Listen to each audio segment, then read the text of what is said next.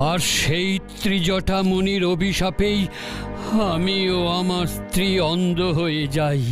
তাই বলছি রাজা, আশীর্বাদ হোক আর অভিশাপ হোক, ঋষি বাক্য অবশ্যই ফলবে। কিন্তু কিভাবে মুনিবর, কিভাবে? আমার যে পুত্রই নেই। যদি পুত্র না থাকে তবে পুত্র জন্মাবে। পুত্র পুত্র জন্মাবে? হ্যাঁ, জন্মাবে।